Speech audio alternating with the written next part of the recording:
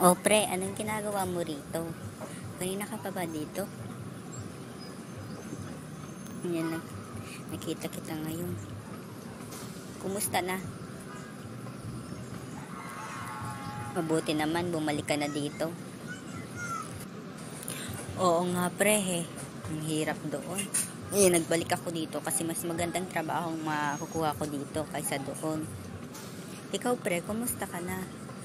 Kumusta na yung yung trabaho? Meron ka na bang asawa? Wala pa naman pero balak kong karoon ng asawa. Si Lisel yung balak kong pangasawahan. Tulong, maawa kayo. Gusto ko nang makaalis dito sa sulong. Tulong, maawa kayo. Please po, tulungan niyo po akong Gordon. Pumunta ka dito, tulungan mo ako, maawa ka. Oh, Jessica, ikaw na muna dito yung bahala ha. Pagdating ng anak ko, paglutuan mo siya at paghandaan ng mga pagkain. Kasi pupunta ako sa New York, bibisitahin ko na muna yung lola niya. May gagawin na rin akong trabaho doon ha. Jessica, tandaan mo yung sinabi ko. Sige po ma'am, ako na po yung bahala dito sa lahat. Saka magluluto na rin ako at magtatrabaho kahit para po mapaghandaan po ko po yung pagdating ni Ma'am Lisel. Sige na po Ma'am Green, pumunta na po kayo doon sa pupuntahan niyo, ako na pong bahala. Ate, alam mo ba kung daan patungo sa New York? Pwede mo ba sa akin sabihin, ate?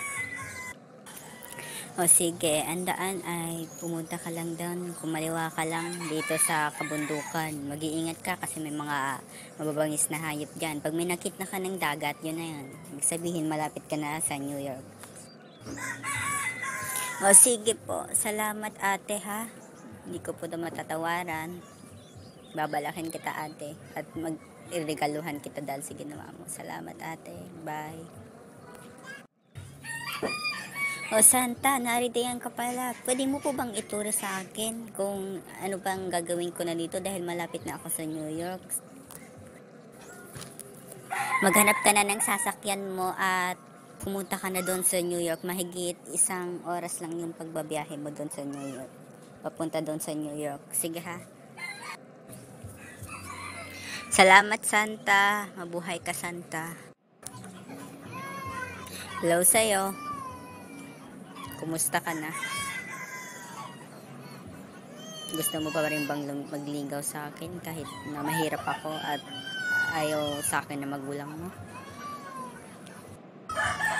Wala naman masama siguro at hindi naman si ina yung magliligaw sa iyo, kaya ako lang naman eh.